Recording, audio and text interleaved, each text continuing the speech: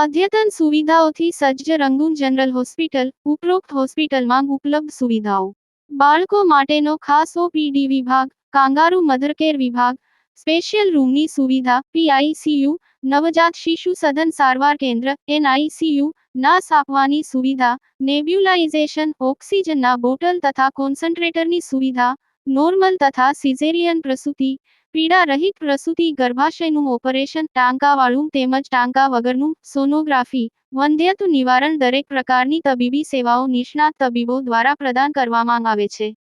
સરનામું: રહાડપોર ગામ પાસે, તાલુકો, જિલ્લો ભરૂચ.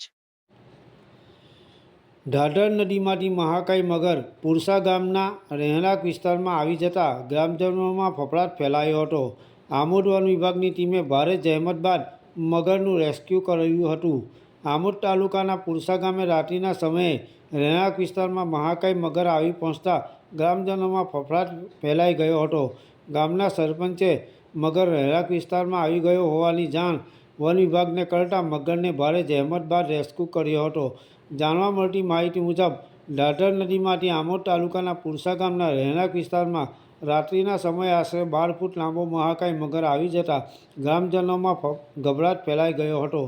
ગામના સરપંચે આમોદ વન વિભાગને જાણ કરતાં વન વિભાગના range forest officer Ramesh Chauhan તથા forester Jasubhai Parmar, beat guard Anil Padhiyar, Vipin Parmar તેમજ જીવદયા કાર્યકર અંકિત પરમારને સાથે રાખી ભારે જહેમત બાદ મહાકાય મગરનું રેસ્ક્યુ કર્યું હતું. ત્યારબાદ મગરને આમોદ વન વિભાગની કચેરી લાવી આમોદના પશુ ચિકિત્સક પાસે મગરનું મેડિકલ ચેકઅપ કરાવ્યા બાદ મગરને નૈસર્ગિક વાતાવરણમાં મુક્ત કરવામાં આવ્યો હતો. યાકુબ પટેલ, ભરૂચ. Parmar, town forester Achhod.